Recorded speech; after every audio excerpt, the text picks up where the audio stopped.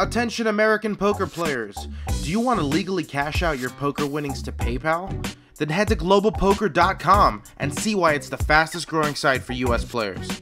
That's globalpoker.com.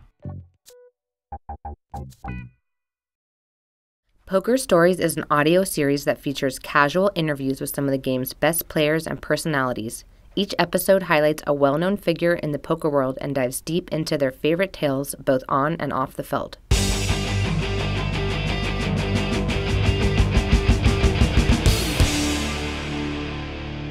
Hello and welcome to Poker Stories, a podcast brought to you by Card Player, the Poker Authority, and hosted by me, Julio Rodriguez. This is episode number 38, featuring 2012 World Series of Poker main event final tableist Jeremy Ausmus. Jeremy went into that final table as the shortest stack and still managed to jump up the pay ladder to 5th place, earning $2.15 million. Jeremy is now 38 and also has a WSOP bracelet, and he's won a total of $5.15 million in live tournaments during his career. But it's really cash games where he has historically focused most of his attention. Jeremy is considered to be part of the day crew at Bellagio, a regular mix of players in the mid to high stakes no limit games. I last interviewed Jeremy in 2013 for the magazine, and even back then he struck me as a guy who really had his stuff together, and a lot of his peers that I've talked to agree. A winning poker player, yes, but also a family man who has managed to find a good balance between the game and his non-poker everyday life. Anyway, that's enough intro. Here it is, my conversation with Jeremy Ausmus. I am here with the one and only Jeremy Ausmus. How you doing, Jeremy? I'm good. Yeah, it's early. You just got done with the dad part of your day, right? Or I did. The beginning part of the day. The beginning dad part. Dropping them off. Took my son to school. Mm-hmm. I'm a little still waking up a little bit. Yeah. You do that all the time? Are you the dropper offer? When you're for in the town? most part, I am. Yeah, I'm the dropper offer guy. That's my title. That's mine too at my house because the daycare is on the way to the office. Yeah, nice. But yeah, I think the teachers there get to see our best selves in the morning, right? Yeah, don't I look great? Workout clothes. The hair looks perfect. Yeah. I don't know if you did that just for this interview, or if you always do the hair up for dropping the kid off at school, but. I call this the roll out of bed. No way! I give it a quick look. That is styled. Actually, there's product in that. So there was yesterday. Okay. So residual product. When my hair just got cut, the next day I'm like, that looks pretty good. I'm glad you gave me the backup on that. But a lot of times, I have a lot of hair jealousy these days because mine's going away. It's a common problem in poker. Yeah, it happens. I'll be next, I'm sure. So let's start at the beginning with you, right? Colorado. Lamar, Colorado? Yep. Tell me about your time in Lamar. Well, for those that don't know, I tell people I'm from Colorado, and they say, awesome mountains, you're a great skier. I grew up in the mountains, and I lived in southeast Colorado, more like Kansas. It's called the Great Plains of Colorado. That's I didn't literally know this part what it's of called. Colorado existed. Yeah, so it's the southeast corner. Okay. It's close to the Kansas border. Maybe we didn't go to Kansas much. It's maybe 40, I don't know, maybe an hour. Yeah. Maybe it might be less than that. But you could see it because that's how flat the earth was. Exactly. It's yeah, and the town is, 8,000 people. I think it's shrinking, surrounded by feed yards, so it smells like cow manure. And a lot of culture then. You got exposed to a lot of different worlds and No, traveling? not at all. No? Okay. Yeah, a lot of cowboys. Yeah. So, and that really Were you actually riding? No. You didn't ride? That wasn't my thing. I never got into that part of things, but it was good though. I grew up in the country, cornfields in my front yard and my backyard, and I had a four-wheeler, and it was a nice, a little isolated. I used to make up games to play with. There was no internet, so I'd play board games by myself. My sisters were older, so I was kind of like an only child. You say there's no internet. I mean, you probably how old are you? 38? I'm 38. Nice. 38. So I just remember from the 4-year gap from before, but Am I 34? I don't know how old I am. Yeah, there was internet back then. Come on, like in high school, probably, right? In high school, but growing up, there wasn't. So video games, go outside and play football, things like that. But a lot of times it was just by myself, and my friends all lived a long ways away. You had two older sisters? Yeah, they were 7 and 9 years older than me, though. So wow, they were out of, when I was in late grade school, middle school, they were out of the house, So, it was good, but I think it kind of nurtured, who I am, obviously, and got me into games at an early age, and just my focus and ability to just concentrate and do something by myself. And I'm still like that. What games were you into? I mean, I played some chess, but you can't really play chess by yourself. Yeah, but on the internet. Just games like, like video games are you talking about? Yeah, well, you said, you like video games. So this was early Nintendo, right? So Zelda, Tetris, loved Tetris, like all the Street Fighter games, all the fighting games I really got into when those came out, like Mortal Kombat, Street Fighter 2, basically everything. I had a video of all the games like I had defeated, that I'd beat. I recorded the endings, and I think I was going to send it to Nintendo Power or something ridiculous like this. So you had a little camcorder set up? Like no, like with a VCR. Oh, with the VCR, recording it straight from the TV. Exactly. Yeah. I was so bad at Nintendo. I mean, we had all the games and stuff, but I remember levels I just couldn't beat, like as a kid. Like the Ninja Turtles game where you're swimming underwater. I've recently... they had all of the electric... exactly. stuff you had to swim around. I've recently reread the hardest games ever on Nintendo, and Teenage Mutant Ninja Turtles was at the top of the list constantly. I feel better then. I never beat that game either. I did never own it, and I almost want to go get it and try to beat it because but I actually went back as a teenager to try, and I still couldn't coordinate my way through that underwater level. Yeah, exactly. Ninja Gaiden was a game I couldn't beat as a kid, and I borrowed it from someone in college.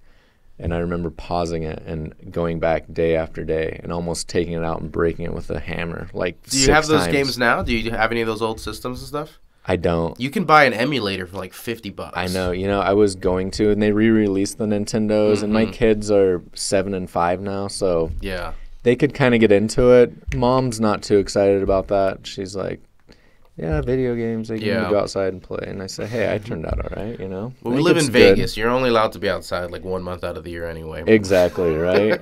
So... Mine's 4, and she's still, like, we just hand her a controller that's not plugged in. She thinks she's playing? She thinks she's playing. Like, that's genius. It's still, we're still at that phase. But soon... Right, exactly. Soon we'll get to it. So, okay, you're in Colorado. You're by yourself. It's the start of a great story, isn't it? What was Mom and Dad doing? My dad worked in the construction field for most of his life, and he actually got sick in middle school, and he smoked his whole life, had emphysema. He passed away when I was 20. Okay. So, but it's a long, drawn-out thing, so all through high school he was sick and started in middle school. And my mom was like a secretary, bookkeeper. Yeah. That's what she's done her life. So does that explain your woodworking hobby? That was just from Dad, or? Yeah, no, not really. That I mean, maybe genetically, but I just took a woods class in high school. Yeah. And I liked it, and I ended up working for my woods teacher and building custom. How does that class exist? I didn't have classes like that in high school. Yeah, it's just I think it's country, like it wasn't, like I said, it's not a big city. We had a woodworking class and a metals class, and I think there was an agriculture class, and I didn't take the metals. And were you like good right away, or were you just like, this is a puzzle I have to solve, like Tetris? I don't know. I remember one of my friends was really good at it, but he kind of had an upbringing where he did it at an early age. But, you just pay attention and learn, and it's cool. Like, and my mom still has the kitchen table I made in woods class, so it's kind of cool, and it's something I did through college as a job too, and kind of was my last job before I started playing poker. Yeah, like so you did that for years, like. all through college, right? I did, yeah. And that was more like doing cabinets and things like that, more on a commercial level. Oh, yeah, boring old cabinets. Well, it's not as cool as... We did do some custom, like, stuff, but... I'd be impressed, like, making an ashtray over here, and you're, like, talking about dovetail joints. And Right, yeah. Yeah, it was cool. I enjoyed that stuff, but I don't really have the patience or time, or really I'm not dying to do it anymore, but it's a good skill to have. But I bet you're good at buying furniture. You're like, oh, this is real craftsmanship here. Yeah, this will last. This will support. My wife overrides me. It's all about the look. It's not about the quality, but fashion over function. I'm just the wallet, Yeah. Whatever looks good, but yeah. So you're in school, working on your cabinets. Go to Colorado State. What was the plan there at Colorado State? You still hadn't discovered poker yet, right? A little bit in high school. A friend of mine during the holidays, they would have a poker game like with his family, with like for nickels and dimes and quarters, with his grandpa and his dad and things like that. So they would invite me over to do that, and I always really, really liked it, and would go every chance I could get. And then when I went to Colorado State, we would play occasionally, just friends. But this was when the boom kind of happened. It started coming on TV. Well, I read you also got kind of hooked on Rounders. Yeah, I watched Rounders. I remember reading Rounders or watching Rounders and then wondering if you could actually play poker for a living. Yeah. This was probably 2002. 2 or 3, something so like right that. Before the boom, really. Yeah, and it was just coming out on TV. I remember finding Ultimate Bet somehow and getting some money on. Me and my roommate were playing on there, and I remember going and buying a book to see if you could actually like make a living playing poker, because I was do you remember the book? Do this? I think it was Scarn's Guide to Modern Poker or something like that. Oh, so not even like a well-known one. No, like John Scarn or Scarn. Super System or Sklansky's Theory of Poker. It wasn't all the strategy. I was just wondering if you could do it. Yeah, is this even possible? Yeah, if there was a real skill. Yeah. And I didn't know that at the time. And from what I read, it appeared you could. So from there, I just kept playing online and... That's interesting that you didn't. It's almost like you didn't want to proceed down that path at all unless there was some value in it. Yeah. Like you weren't just drawn to the gambling aspect of or the fun of it or whatever. You know what I mean? Right. I'm big on strategies. Like I grew up kind of playing some chess, not seriously like a lot of kids, but my grandpa taught me at a young age, and I really enjoy and respect the skill in a game, and if there's a strategic advantage where if you apply them, you can get an edge and you can win, not just the luck. And I guess that started at a decently early age for me, that I like that, and I'm still like that. I've never been drawn to the gamble and the fun of it. I get the fun out of the strategic when the battling. Results are good. Yeah, and you're strategic smile, but strategic battling and using a strategy and then seeing results from it after playing for a while. So yeah, and from there I think I went and bought a Sklansky book on limit hold'em. Okay. Hold'em for advanced players. I think I started with advanced, probably not the best play. And so messed around with that for a while and kind of got my feet wet, and it wasn't crushing or anything, but it was soon enough we found a local scene of tournaments. Yeah, this wasn't, back in the day when Colorado had card rooms. There was in Blackhawk. So this is west of Denver, like an hour. And I was about 2 hours from there. And it was $5 limit, max limit. That's right. They had a restriction on how high they could play. Right. But for me at the time, it was perfect in college. So sometimes me and my roommate would drive up there and we'd play. And we found a little network of games around Fort Collins. And we just would play some weekly tournaments, $40, maybe $20 or $40 buy-ins, go and play Blackhawks, $100 buy-in. And then I found like a weekly no-limit game and a couple of weekly no-limit games. And then I started that's kind of where I found. And how did those work? Was it like the New York scene where you have to know somebody who gets an invite and? Kind of, yeah. You could just bring. Yeah, it was an underground kind of club, you know. Low state, like we played 1-2 no limit, you know, and they would have a day game that was $5 limit. Okay. And it was interesting. It was dealer's choice, and it was $5 limit, and then on the river you could do pot limit.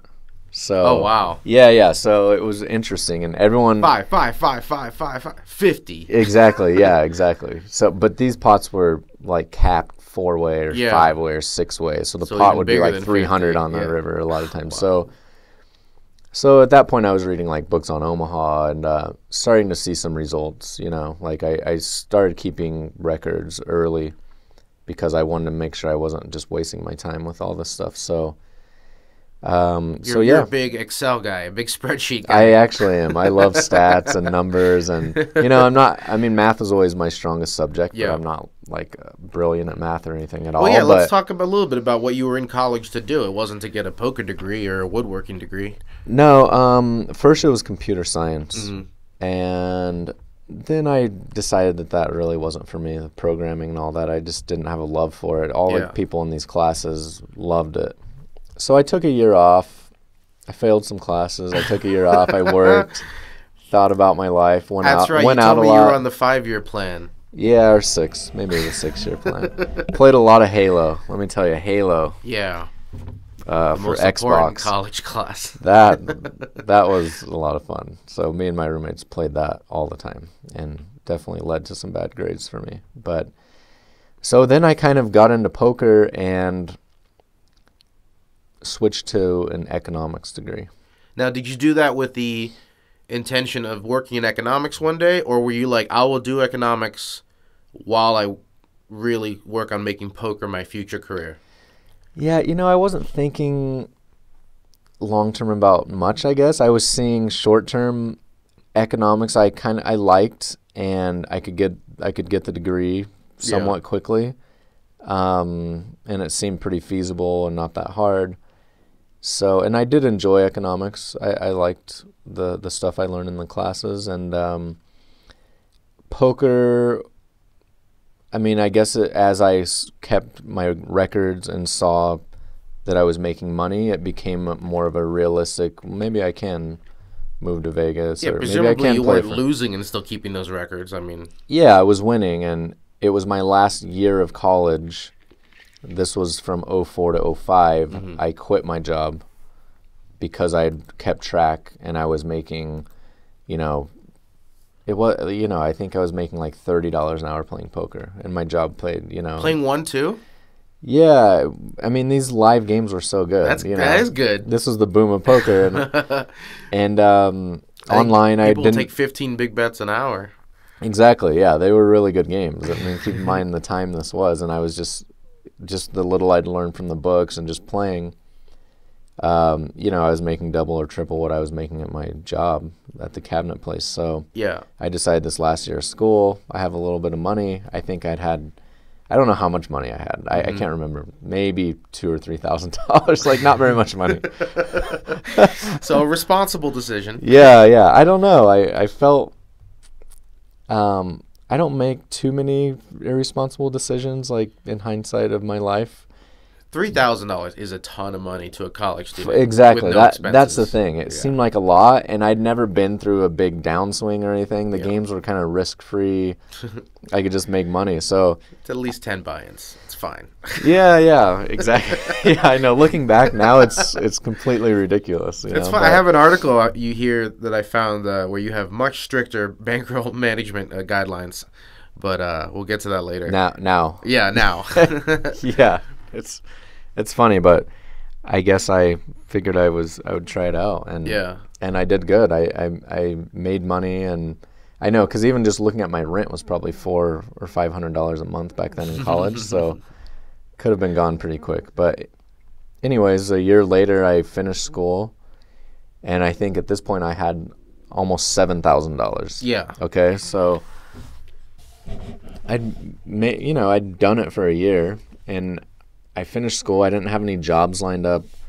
I didn't really have anything holding me back for anything I wanted to do. So I decided to just try to take the move to Vegas, and a few of us from Fort Collins that I'd met in the local scene moved out to Vegas. So there was like 4 of us. And that was because Blackhawk hadn't yet lifted all the restrictions and stuff? Yeah, they still had their $5 Have you been back there recently? I haven't, but I've heard that it's $100 now. Insane. And no, it's much bigger than that. Yeah, well, $100 spread limit. You can bet 100. Oh, but they have a 50, 100, or 100, 200 game limit game that runs. I think it's 50. Daily. I think it's 50, 100. It may be 50. Yeah. I thought it got kicked up bigger on the weekends. I walked in and saw 6 tables of that running and did not recognize a single person.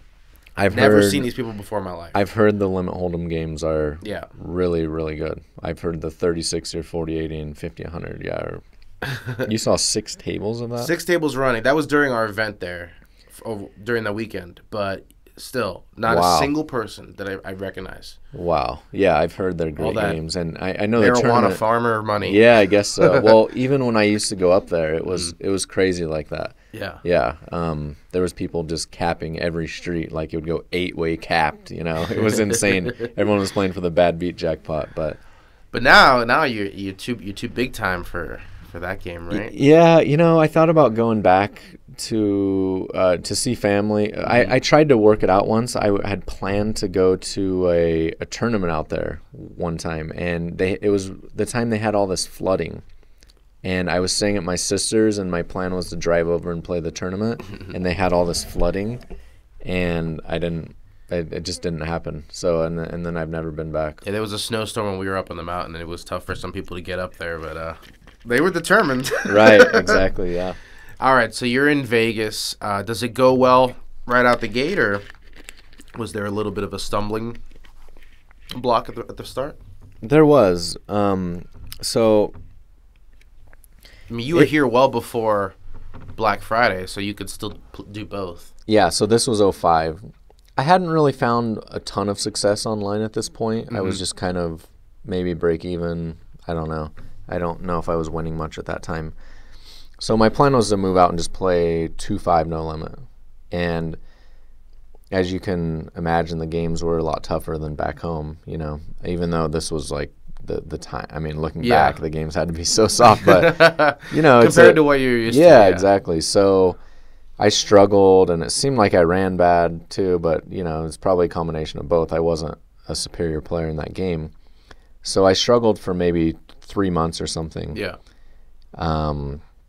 Just kind of breaking even. I think my bankroll was around the same, but I wasn't really doing as well as I'd liked. Did you come close to quitting? No, I was never there. I still was pretty determined, and I needed to do well because I moved out here, and I had an old Toyota truck with no AC, and the emergency brake didn't work, and I moved out like in August, so it was ridiculous. And I was scared to. What? I didn't want to park in the parking garage because I heard of people getting mugged, so I'd park valet. So you valeted your non-air conditioned truck? Yeah, exactly. This is who I was. They must have loved you at the I'm valet sure they line. did. Yeah, at the Palms, I would roll in every day, and I'd say the emergency brake doesn't work. You have to put it in reverse so it doesn't pop out. Sorry, my seat's sweaty. It's 115 degrees. It was a cloth seat. Oh, man. So I needed to make some money, but it was paid off. Hey. So it was December. I don't think you could pay me to do that in Vegas heat. Yeah, I don't know. Whole summer. I was still young. No I didn't even. That's actually dangerous. I don't look back and say like, oh, it was awful. I was like, whatever. We made it work. I was 20. I see people riding their bikes in the summer. I guess it's worse. Yeah. So in December, I found, I think maybe Super System 2 had come out, or maybe, I forget, but doyle'sroom.com I'd stumbled upon, and they had a deposit bonus for a $500 bonus, and I signed up on there. And they seemed like they had a different player pool than I'd found in PokerStars and Full Tilt and things like that. You say they were worse? Yeah, they were much worse. It was a lot of European poker players. So, and at that time, the Europeans were behind. Now the Europeans are ahead, it seems like, in a lot of areas of poker. But back then, they were behind. So I put some money on there, and I think in December, I made, like $10,000, you know. So I, like, tripled my bankroll almost. So I was like, wow. And then I just kind of took off from there, and I mainly focused on that site for the next couple of years. While you could. Yeah, and I did really well. I moved up, and I was playing 25-50 no limit, you know, and or I think that it was 20-40 no limit. So yeah, it's kind of spawned from there. So Doyle's Room goes under. You kind of switch more to live, especially after Black Friday. But you kind of were like this anonymous cash game grinder, just living at the Bellagio for years, right? Sort of. So Doyle's Room went away way earlier than the other ones. They merged with iPoker, and after that, it wasn't the same. Because of the UIGEA. Yeah, exactly. So it wasn't the same. So I switched over to Full Tilt and PokerStars, and I kind of just broke. I didn't do well there. I had to like relearn the game because it was tougher games. But then after a while, I started beating the games there too. So I was playing predominantly online until Black Friday on Full Tilt and PokerStars, mainly Full Tilt. Even while living here in Vegas? Even while living here. I would go down and play at the Bellagio for a while, you know. So, and actually, in my early Doyle's Room days, I was splitting my time between 5-10 no limit at the Wynn and Doyle's Room. But so then after that, yeah, I started playing. I had to relearn the game because it was tougher again, you know. And then Black Friday 2011, and I didn't know what I was going to do. I had a kid. And I had another one. Actually, I don't think we were quite pregnant with the second one, but I had a lot of money locked up. I didn't know how live poker would be. I figured a whole bunch of online guys would move here. But we didn't want to relocate. We were pretty settled in Vegas. So. Yeah. You weren't the guy without the family who could just move to Canada, move to Mexico, or Amsterdam in some cases. Right. And I had some money saved up. I had a few $100,000, I think. I'd done well. You finished third in the big event, right? In March of 2011 for $190,000. Yeah, so that was really your kind of only big score before the World Series main event, I guess. I had one like an 09 for maybe. It says something that's not right. Oh, the Wynn Classic. Exactly. Finished second for $55,000. Yeah, we actually chopped, and I got like 80 or something like that. So, someone's getting credit they don't deserve. Yeah. He gave me a good deal. He gave me more money. He wanted the trophy and the points. Bill I got Blanda. More money. Yep, Bill. I still see him around once in a while. Wow, that final table is crazy throwback. Tom Dobrilovich. Elke was at that final table. Oh, yeah. Gooey. I remember Gooey. Oh, wow. Johnny Cosmo, I think, was there.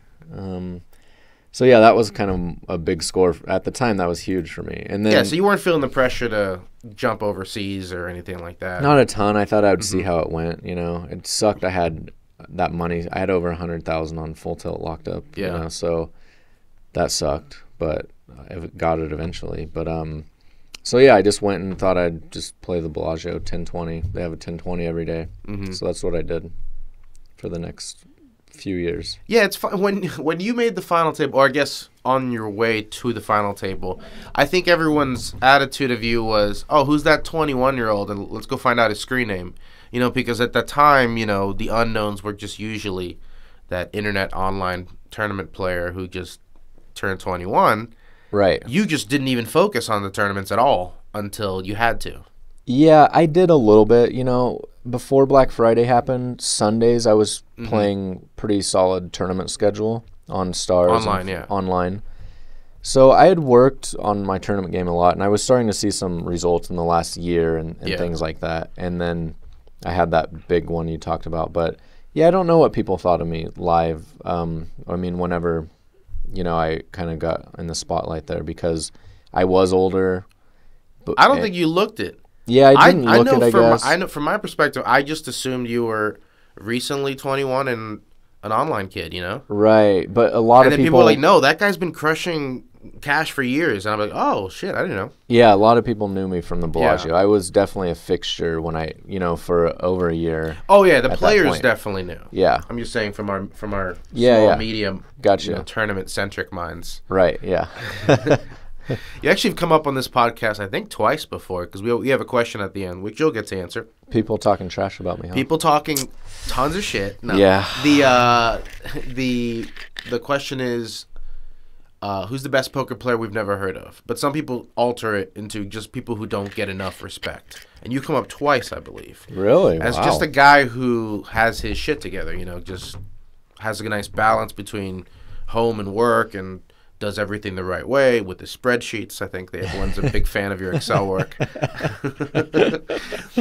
But do you feel that way? Do you feel more put together than the average poker player? I think so. I've always heard that too. People have kind of always said that to me, and I'm kind of, a friend of mine did an interview before anyone really knew who I was, and he said when he first came across me, that I was like the epitome of the professional poker player. I really had it together, no leaks. And a good friend of mine now, Matt Moore. But Matt Moore, the famous blogger, Matt Moore. Yeah, more money. Yeah. He's fallen off the blog. He's still grinding at Bellagio, though. Yeah. In case anyone wants to know, he's still a great player, and he's come along. He's. But did you have that image in mind when you were starting down your career path? Okay, this is who I want to be. Did you model it after anybody, or is just that who you are? It's just who I am. I don't know. For better, for worse. Maybe I need more gamble. Maybe I don't know. Well, but that's interesting. Do you think you've cost yourself money by being too conservative? Ari Engel said the exact same thing. He says he says he doesn't mess with his formula, and unless it makes financial sense to gamble, he never does. And he thinks he's cost himself potentially millions just by playing lower than he could have. Probably not. I've taken some big risks. Like having way too much of myself and like 100K and things like that. But I when I was running good and I had some extra money, that's a good time to try those things. Yeah. So I don't think I've really cost myself too much money. But yeah, it's not something I've had to. It's just kind of, we're all kind of who we are, and it's hard to change yourself and do different things. And I don't know. I'm lucky. I feel lucky. I have zero desire to go gamble and do those things, which is, for me, it's great because you lose money overall doing those things. I mean, you're not going to claim you've never indulged in a pit game or a sports bet. What's the worst you've ever gone off for?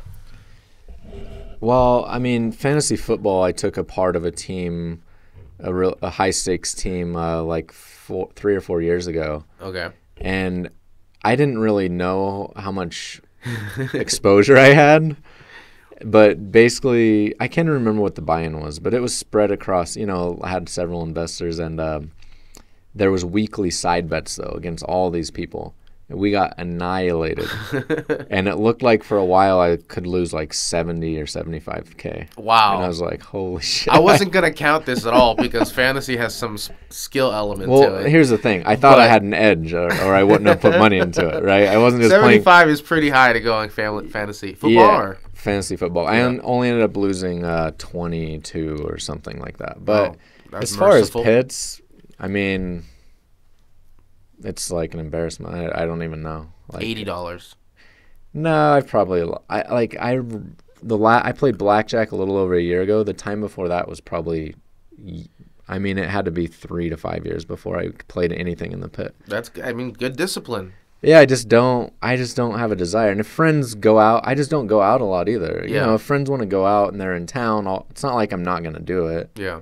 Like I'm like, oh, I'm sorry, I don't do that stuff. But I just don't find myself against everything I believe in my spreadsheets. Exactly. I just am not in those situations a lot, So, and the last time I played, I won $500. I remember that, and it was with some friends that were out. But I played blackjack. But I'm just not drawn. Quit while you're ahead. Just not drawn to it. I don't know. Most poker players you said drunk. No, not drunk enough for it. Let's see. Okay, let's talk about the main event. Okay. Because it's life-changing. Let's do it. Went into the main event final table as the short stack. People forget that. Right. So in your mind, were you just like free rolling because you'd already been paid out? There was a chance you could walk away with nothing, which has got to be the worst feeling. Yeah. Once you make that final table, and especially after you were forced to sit with it for a few months. Right. Yeah. Free rolling is a good word to use there because I was already paid out. I mean, I did look at my ICM. Mm-hmm. So if you look at that, it puts a little more pressure on you. My ICM was like $2 million. Wow, really? Yeah. I mean, I had 33 big blinds. That's like, because I think ninth place was like 750K yeah, or something. 750. Yeah. And it was $2 million, even the short stack. But I had 33 big blinds. So it's not like I had 10, you know? So that was my equity, which, yeah, most people are surprised to learn that. And so, yeah, it was just kind of a free roll. I didn't feel a lot of pressure. I didn't play a lot. My son was born. I don't know if we talked about that before. We did. Okay, so, yeah, people don't realize that there was a lot of hoopla around the fact that your son could have been born, your second could have been born right during the final table. Right. He was 5 days off. The due date was 5 days off. But he ended up coming 5 days off of the final table. Mm-hmm. He ended up coming almost 6 weeks early. Yeah. So which is great and terrible. Yeah, it was crazy. But yeah, he was in like the baby ICU for 3.5 weeks. So we were going there every day. So not a lot of prep time for the final table. Prep time. But honestly, I felt, looking back, I see a lot of mistakes I made, I think, without a doubt. I don't think I played great. But at the time going in, at that year I'd cashed like 9 times, and I had that big score earlier in the year. And I just felt like my tournament game, I felt really strong. I played a ton of cap games, like 30 big blind cap games on full tilt. They were just really good games, and that's kind of all I played the last 2 to 3 years. I love those cap games. Yeah, they were so good, and that's all I played for the last 2 or 3 years. So I felt comfortable in that range. I felt like my 30 big blind strategy was superior to everybody's there, like for sure, just because that's what I did. And that's how many I started with, 33 big blinds. So I was like, this is, but I didn't know a lot about. I don't even want more chips. Yeah, exactly. I didn't know a lot about ICM and things like that. And I remember looking at it just very, very briefly.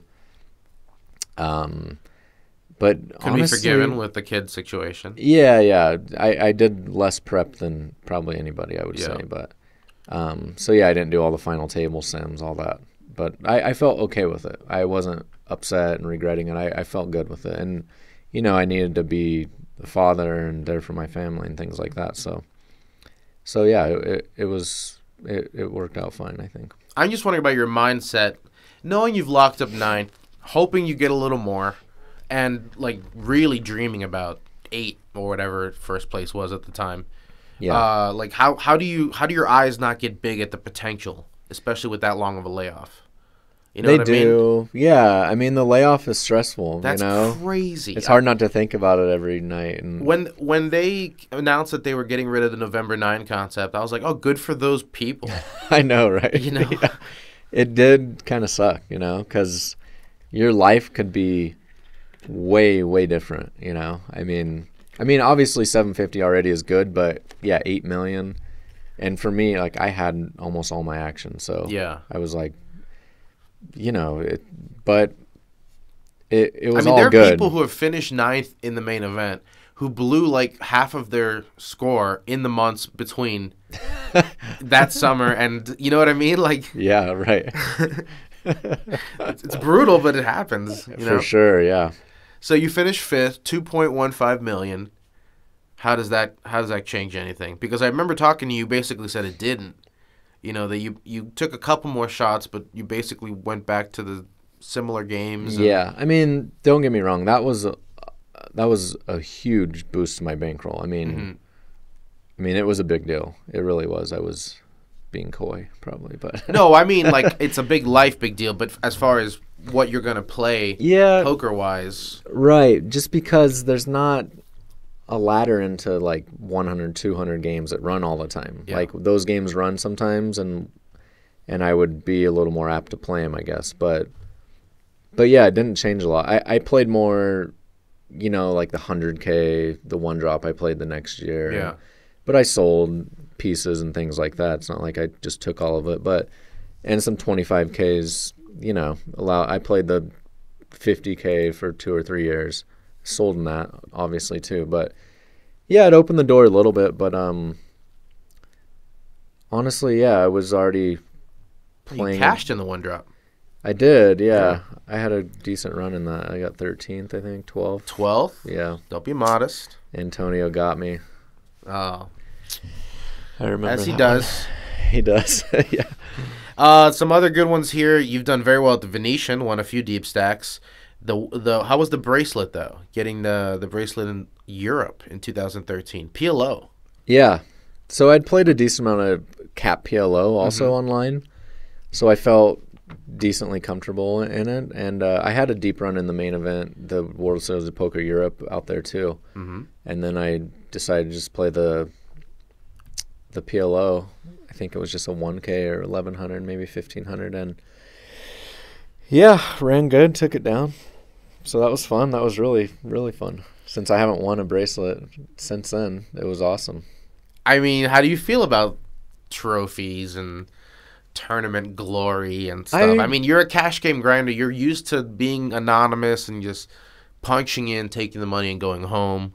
Right. Like, how does it feel to get the attention every once in a while and an actual piece of gold to wear? Right. I see you're wearing it today. I have my. This is a Fitbit, okay. What do people just believe that? You just wear it all over town. Showing off at the moms at the school. Hey, look what I got. That's funny. I remember posting on Twitter after I'd won my bracelet. I took it home like during Thanksgiving to show my family, and I brought it back, and I had it in my bag. And I randomly started talking to this guy and told him I played poker, and I had my bracelet, and I pulled it out, and he like was taking pictures with my bracelet, and I remember taking a picture of him and putting it on my Twitter, and people were like, "Wow, you travel with that thing everywhere. This is crazy. You wear that all over?" And it kind of was ridiculous, you know. Yeah. It was like by takeoff, he was like snapping pictures with it, but he's got more selfies with it than you do. He probably does, yeah. But you know, I do like the.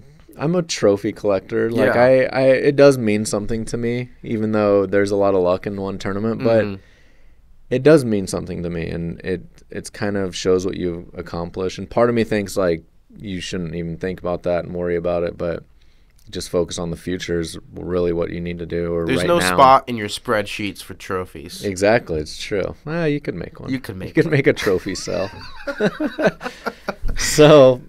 I like them. I mean, too, don't you? You know how to highlight the cells and do like formulas, don't you? Not really. I don't really. I thought about learning, diving a little deeper into Excel, but that's so cool. Yeah, it does mean a little something, and you get the notoriety, and I don't know, which I guess a part of me does care about it a little bit, and it's good to be more than anything. I guess if you're respected by your peers, you feel a little more like you know what you're doing, and you're doing well, I guess. Yeah. You know, but so yeah, that stuff.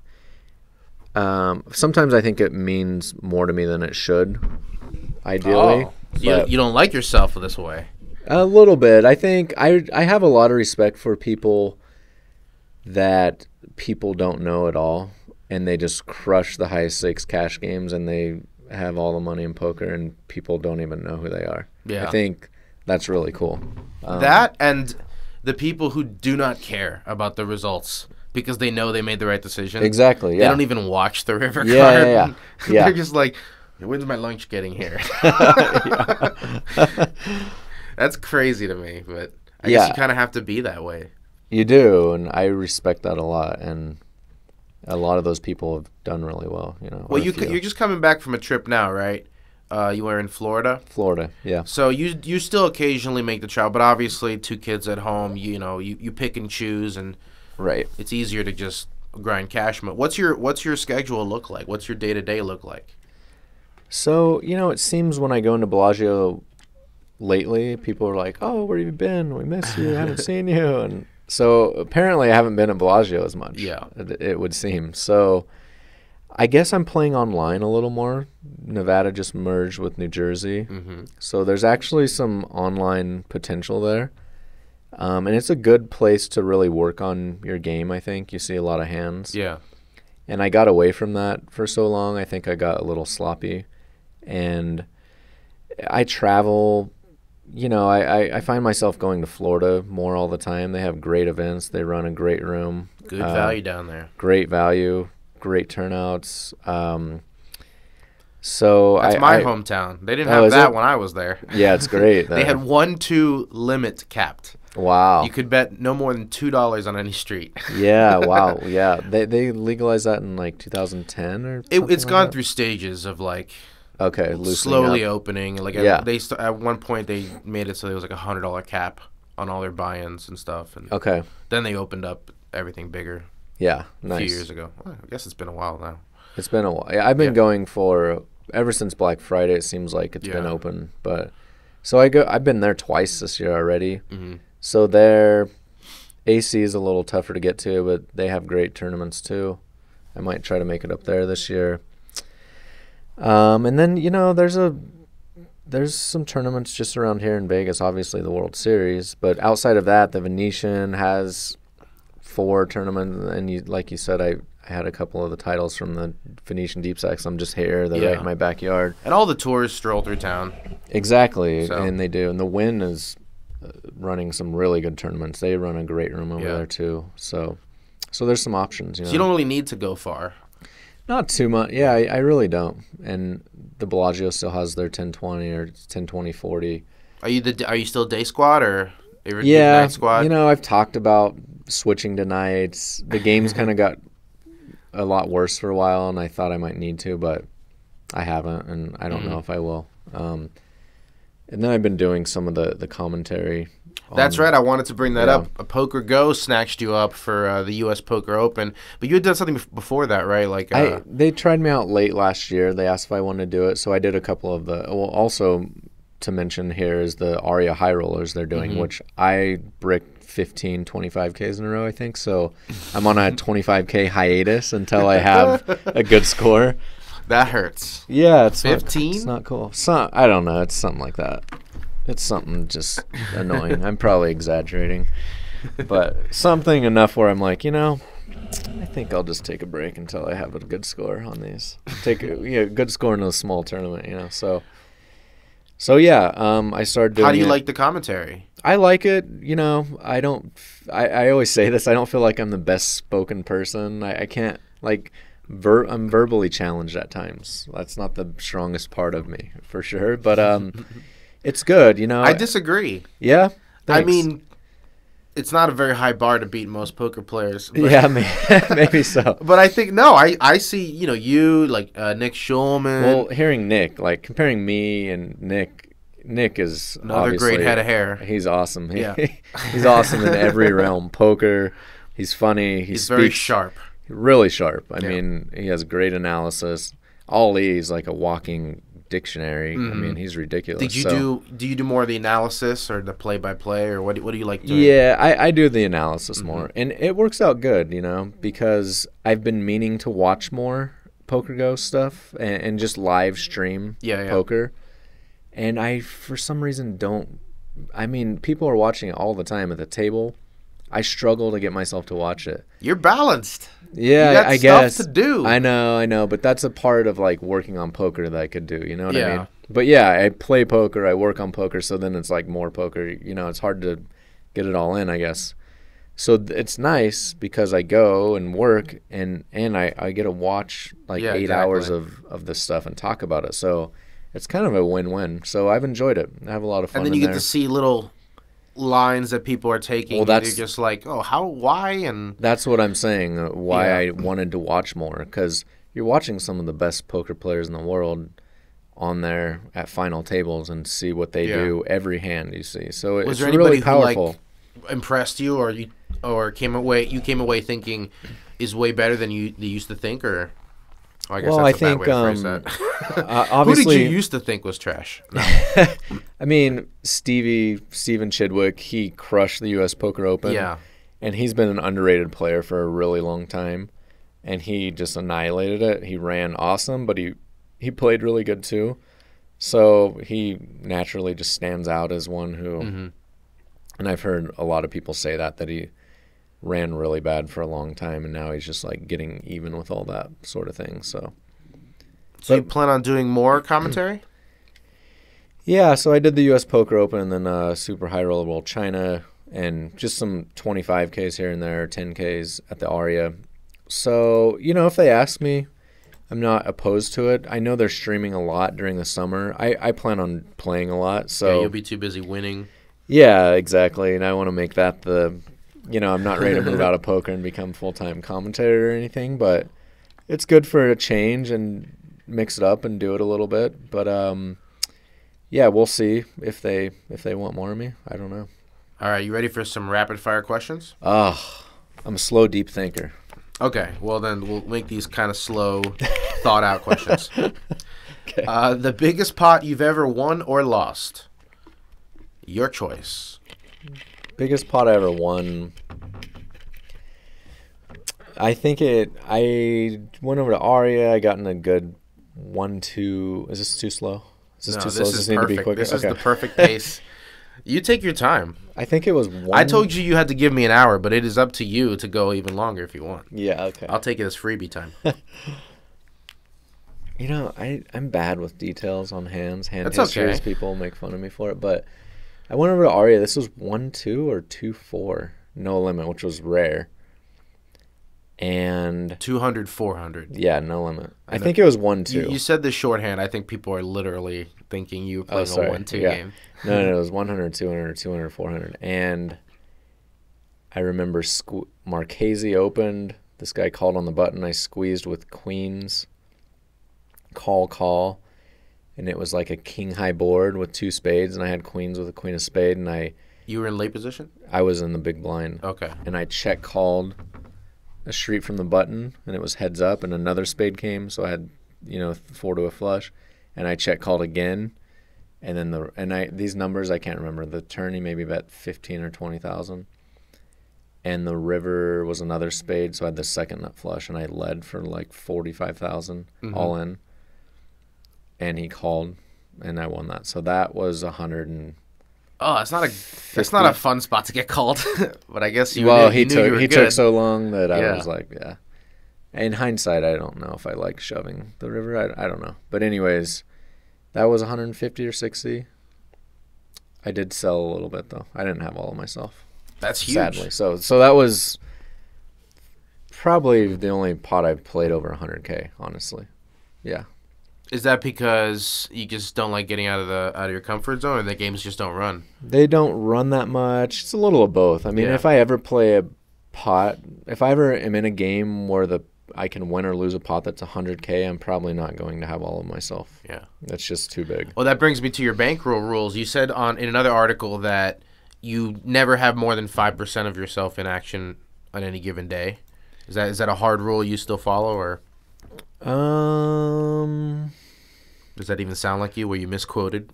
No, that sounds about right, I guess. I guess so, yeah. I know at times, like I said, I've had bigger pieces than I meant to have, like in 100K ones. So, but yeah, I think that's a good rule of thumb, But I think a lot of online guys and newer guys would say that's not conservative enough, probably, but it's easier online though. This is volume. Yeah, exactly. And when I first moved out here, I had a 10 buy-in. Yeah, it was 10 buy-ins. You've come a long way. When I said to myself, when I get 20,000, I'm going to go play the 10-20 at Bellagio and buy in 2,000. And this is when I moved out to play 2-5. Yeah, because that's kind of what I had. I had a little over 5,000. I had 6,000, and I was playing 2-5. You're saying that, I'm realizing how little gamble I actually have. Yeah, I'd be stuck still at 2-5 with that. Yeah. Well, I'm not like that still though. But yeah. What about you mentioned you had most of yourself in the main event. What about the best swap or piece you ever got from anybody? The best swap. Are you a big swapper with anybody when you do play tournaments? I don't swap a lot. Just a few few percents with some people. If it's a big tournament, I'll swap more. What is the most anyone had to pay me? I paid out during the main, obviously. I've had a lot of little payments from like Justin Young the last couple of years. Oh, really? Yeah. He comes up often on this one. Yeah, he's been crushing it for the last couple of years, and so I've. Oh, that's right. He may have mentioned. That's maybe who mentioned you, because he said that Baldy paid him out a ton.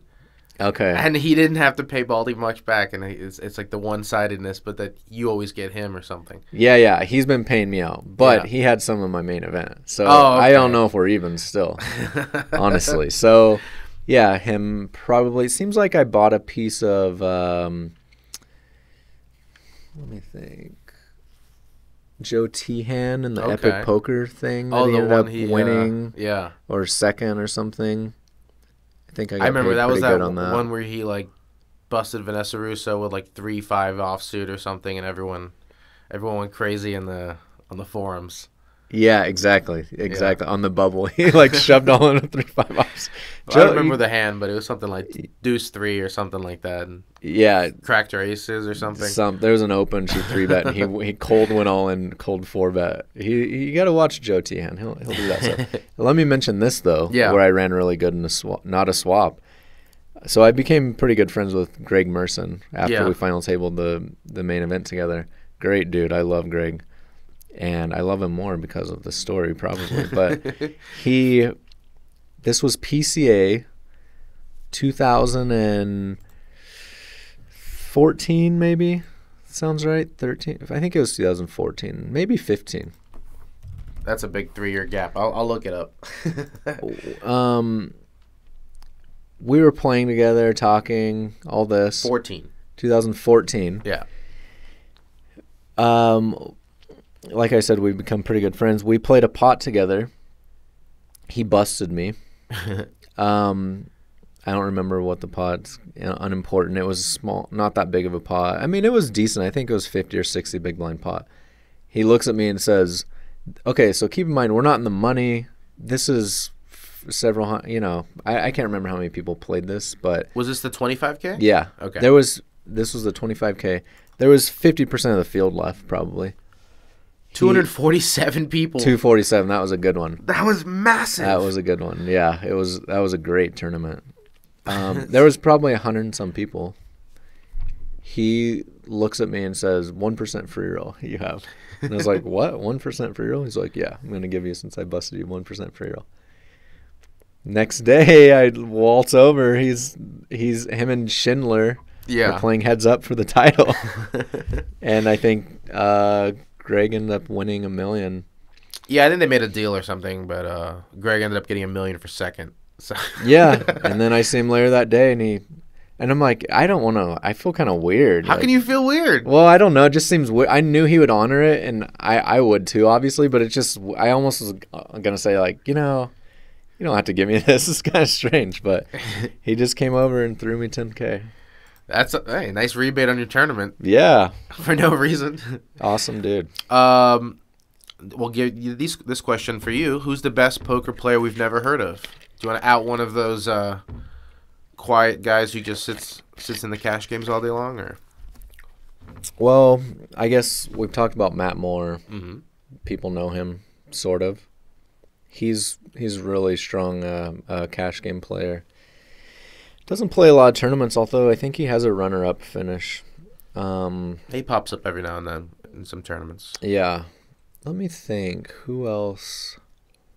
Because a lot of the people get recognized these days. A lot of the Bellagio crew also plays tournaments. And now, televised cash games. Yeah, televised cash games. You played the Poker After Dark, right?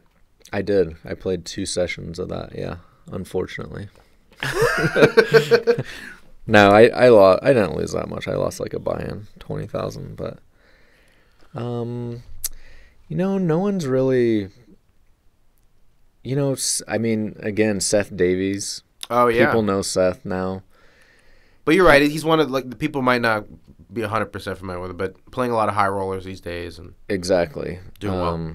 Yeah, he's he's really good, and he's playing the high rollers now, and I think you're gonna see a lot out of him at the high stakes.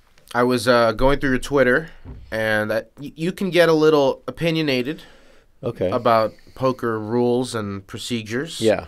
Are there any poker rules that you're not a fan of? Well, you're probably speaking about the games that have gone off at Aria, things like that. I'm not speaking about anything in particular. Okay. I noticed some posts, showing love for the big blind ante, and you were commenting about some of the high roller options around town. But I just meant in general, like, is there anything, as somebody in the trenches you'd like to see changed or different? No, I'm not a big rule guy. I mean, I love the big blind ante. It's awesome. Really, really good, and everyone needs to be enforcing that ASAP. Like, people are still not doing it, and I'm like, what are you doing? Why are you not doing this? I mean, World Series is dipping their toe with an event this summer. Like, that's what exactly. And I get it. Maybe the World Series, maybe they should. Yeah, are they doing a few events? They are. Yeah. Yeah. So that's good, because I think the vast majority of people are going to love it, and you'll see someone complain about it here and there. But that's about it. But other than that, honestly, I don't even know. I'm the guy who doesn't know a lot of the rules. Like, I'm like, I don't know this rule. But I don't focus on rules. I don't know.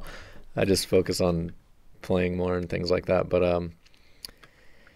But no, just I guess what I was alluding to just now, and I've talked about on my Twitter quite a bit, is the prevalence of private games popping up, like, in casinos, and they hate.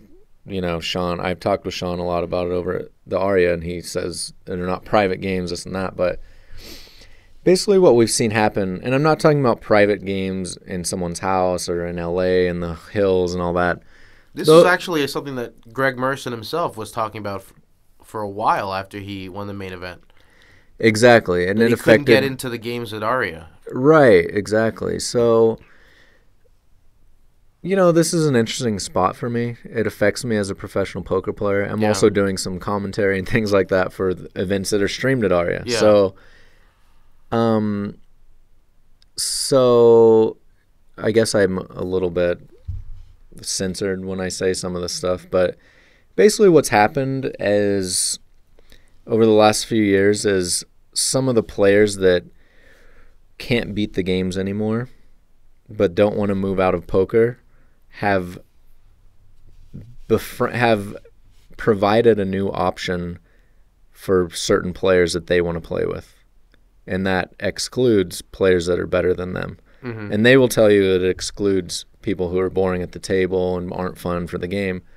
100% that's not true. Like, Justin Young can't get into these games, and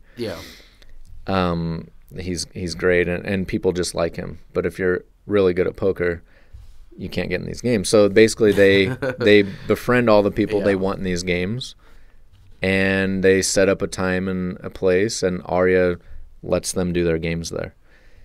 And that's but they can't legally say you can't play, so they have to do it by filling up all the seats basically with the lineup that they want. They all need to show up. And there's been a lot of gray area and a lot of stuff that Sean says isn't happening, but a lot of pros say has been happening, like list manipulations and things like this by the floor at Aria.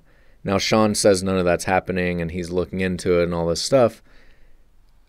I hear this from pros who are never complained about being cheated and have been playing in card rooms for a living for 10 or 15 years, and now they're saying, well, this is going on, and several of them are saying that, so you can do the math. But basically, they run this game, and it's a great game, and I could get into the game if I sell the guy who runs the game a piece of myself, like 50%. Yeah. So this guy who runs this game has big chunks of all these pros. Now, is this good for poker? So it's great for everyone in the game. Yeah. But what about the guys who don't know, like the recreational players that get in the game? They don't know all these players. How would they feel if they knew that this guy had? They're just being carved up, 50% of all the other players in the game. I mean, and then one person has so much control. It's just, I don't know. It's an unfortunate turn for poker, and I wish at least hopefully the list manipulation stop. If they let them come into the game, that if they let a group of people come in, that's one. What can you do about that? Right, you can't, like, if me and 8 buddies want to go down to any casino in Vegas and monopolize a table, we can easily do that. They'll run whatever we want, and we could fill up every seat, and nobody can play there. And I get that. And that's legal, and there's nothing you can do about it, But I get that, but it becomes more than that, where he does anything he can do to keep players like me and Justin Young and Chris Johnson, Matt Moore out of the game because he doesn't want us in the game. So there's fake people on the list, things like that, and that's supposed to stop. We're gonna see. I'm gonna meet with Sean. He doesn't like to get called out on Twitter for all this, and he says everything's fine, and everyone seems to disagree. So it's an unfortunate turn for poker because and someone else is doing the same thing at the Mirage. He runs a weekly game, and what these games do... Yeah, this isn't unique to... I mean, it happens to be the highest game in town, so that's why it's unique. But it's not a unique problem to any one casino because, there are floor people who will text players when whales are in town and stuff like that. There are people who are always on the list no matter what. Exactly, know what I mean? Yeah, so it just... you can't really... If people are going to come in and start a game, that's fine. Me and the rest of the player pool who gets shut out of these games just feel it would be fair if we could start another game and must move to that game. Okay. And the thing, right? That's like what happens in casinos. If a seat opens, you move in. Exactly, but when seats open, no one's ever gotten the game is the problem. Yeah. No one ever has gotten in the game, and this is like 2 or 3 years. And I'm not talking about the big game at Aria that runs. I'm talking about games that are smaller and games that I play in the middle stake, 10, 20, 25, 50, 50, 100 games. Yeah. And what this does to our game, they cannibalize all the recreational players out of our game. And once they play in that game, they never want to go play in a different game. Yeah. So it kills our game. And now there's two games pulling at it. So I don't know what could be done about it, but I have this view of poker where, and it's like a little naive, but I just respect the game and like things to be fair, and I like people to play and skills to rise to the top. And if you're good at poker, you'll naturally find yourself moving to bigger stakes and making more money and things like that. And with a system, like when this stuff is happening, that system's broken. Whereas eventually... It's a roadblock. It's a roadblock for sure. And eventually, and this is what's happened in Florida and some other places, my game... there's no money to go around anymore, will die. Mm-hmm. So then there's 5-10, no limit, is the highest game, and then there's these big other games. Yeah. And you have to know someone. You could never, like if someone came to me and asked about getting into poker and like you can just make your way to the top like in anything with hard work, and if you're better, that's kind of like broken now a little bit. It's a broken system, and our game's still going. Poker middle class. Exactly. That's kind of what will happen, and especially in a like when it's fully done everywhere and exploited maximally, like in equilibrium. I'll say if all these guys and they keep popping up, and then they do it at 5-10 and all this. Eventually, what if you walk in a poker room and over here? Half the room's all these private games, and this half the room's all the public games. So you can only get in the private games if someone wants you in the game. Exactly. Right? And so, like, is that what we want to see in poker? And I don't think people are thinking long-term about it like that. And it's only affecting a few of us, and people probably get hear of us crying about it. It's just a bad thing for poker. Like, right. I really... it's bad for me because it's my self-interest, but it's just bad for poker. Like, I just feel like it's right, not good. And then anybody no one's going to feel sympathy for the winning pro. Exactly. You know what I mean? Like, yeah, no one cares about it. They're like, oh, how much money have you made in poker? I'm really looking at the system, and it just kind of sucks, and it's broken, and it's going to kill poker. Yeah, how do you move up if there's nobody to feast on at your own level? Exactly. And, casinos can do things like, because all the people in the private games want more fun in the games, and there are some really bad people for the game that are slow and you don't want to play with, that, like, I'm not denying that, but and they're saying they were keeping those players out. I guarantee you, if that's right, their argument is, well, these people aren't fun. They upset the businessmen, and the businessmen don't come back.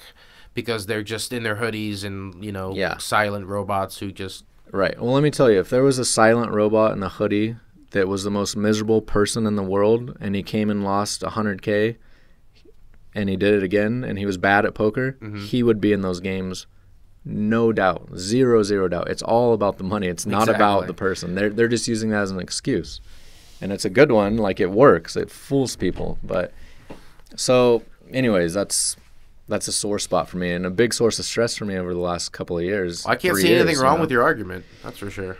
Yeah, and casinos could do things that make things more fun, like would add an ante. And we do a lot of fun things in our game, Bellagio. Like, honestly, we have a lot of fun in that game. And Yeah. if people come in and have a lot of fun, I know they do. At times, you know, you get certain players in the game that aren't that fun. That happens. But so anyways, I have a lot to say about that. It's all good. I didn't mean to get your rant out, but it's all good. Which poker pro did you admire coming up, and did you ever get to play a pot with him or her? I remember the first pot I played with Phil Ivey. Obviously, you know, growing up watching poker on TV in college and things like that, he was the man. So I remember when I played my first pot with him, it was deep in a half limit, half no limit tournament. Okay. Remember when they had those at the World Series? I like those, yeah. Yeah. I think Mark Radoja won one of those. Oh, really? Or I'm Nice. wrong. I can't remember. Or Ed Miller. Not Ed Miller. Sorry, the other writer. Yeah, I think he finished second. Okay. It's all good. Continue with your story. Um, Phil Ivey, half limit, half no limit. Yeah, so anyways, I played this pot and limit hold'em with him where, you know, I just remember playing with him at the table, and it felt like when you got to Mike Tyson on Mike Tyson's Punchout. You know what I mean? That's what it felt. It felt like a video game kind of. But anyways, he beat me. I check raised him with a straight draw and then bet the turn. It was limit hold'em, and he called, and then I check called the river with like queen high because I had like the best straight draw, and he just had top pair. So did you ever get revenge? You ever played another pot with him? I played with him a little bit in a mixed game tournament, and also in Australia, like the main event out there, WSOP. I played with him, and I ended up going out with him one night. That was really cool. Oh, really? Because Greg knew him. He was doing the thing with Ivey Poker, so we got to go out one night in Australia. That was awesome. Yeah. So, yeah. Is Phil still like considered like? He's obviously busy with other stuff right now. Yeah. Several lawsuits due to other non-poker related gambling. Is he still respected and admired like he was, 5-6 years ago as like the best, or do people think when he comes back he's going to have a little work to do? Or I'm not positive, but I think it's been the consensus from a lot of the online guys for a while that he's probably behind a step against like the greatest no limit players, heads up, and maybe PLO, and maybe the mix. Honestly, I don't really know. I know, it's just amazing what he did for so long in every game, and would just play the best. Whoever was the best, he would just play him in their game. And the first time he went away, he came back like after taking a whole summer off and was like, "Oh yeah, I'm gonna win 3 bracelets right away." Like it was like, like he missed no time at all. Exactly. But now you wonder like how much has the game changed? He hasn't really been putting in the ton of volume, and it's hard to say honestly. And he's not out there playing, so he's not winning. You don't see him winning a lot or losing a lot. I mean, he's playing probably big games somewhere, but so who knows? But I mean, obviously he's got a brilliant mind for poker, and he was a step ahead of everyone for a really, really long time. And I wouldn't be surprised if, like if a new variant of poker came out, he's going to be one of the top guys, like without a doubt. I would think. Before all the math has solved everything. Exactly. That's he's just the guy thing. who knows it. Now so many people there's all the software and ways to get you there without you thinking through it. And he was just great before any of that. So I have nothing but a ton of respect for him. A few more questions, I'll let you go. The worst job you had before poker? Well, I guess you only had one job before poker. Well, right? I worked fast food for a while too. Oh, you did? I have had like 3 or 4 different jobs maybe. So Which were you a McDonald's, Burger King? It's this place called BJ's. It's like a local. It's not even like a. It's like a local place. Let me tell you, it's good. When I go back to Lamar, I go to BJ's and get a burger. It's so good. Yeah. So, anyways, I worked there, but it wasn't horrible. I enjoyed it. Were you like the cashier? Were you the burger flipper? I worked in the fountain department, so I made shakes and got the drinks, and I'd cashier also. Just did it all over there, you know. I still go say hi to my old boss when I go in there. I worked there for 2 or 3 years, I think. If poker went away tomorrow, what kind of job would you look for? I'm sorry if that question is scary. No, it's okay because poker's changed a lot, and it's in the back of my mind a lot. And, you know, crypto, everyone's into crypto now. It seems like there might be something in there, but I don't really know. Stocks kind of is a natural thing, but...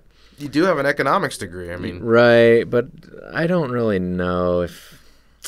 Friends convinced me you're best off just sticking it in a mutual fund. Like, you can't beat stocks anymore, basically. But obviously a few people can, but it's really, really hard. And yeah, just get that target retirement date fund. Exactly. And just don't look at it. Yeah, that's a low fee, right? Vanguard. Yeah, the Vanguard is the one everyone says to do. Yeah. So they are not sponsoring this podcast. They just make sense. I have a friend in real estate. Like, if poker did not exist tomorrow, he's really successful in real estate. I could see you selling me like a condo or something. You know, I am not a salesman at all. Really? I could sell you something? I have no idea. I hope know. I'm not looking for a condo anytime soon. That'd be depressing. I'm not salesman enough, but anyway, I'd probably go that avenue, I think. All right, we end each podcast the exact same way with a question from the random question generator. Are you ready? Let's do it. Okay. What do you own that a lot of people comment on?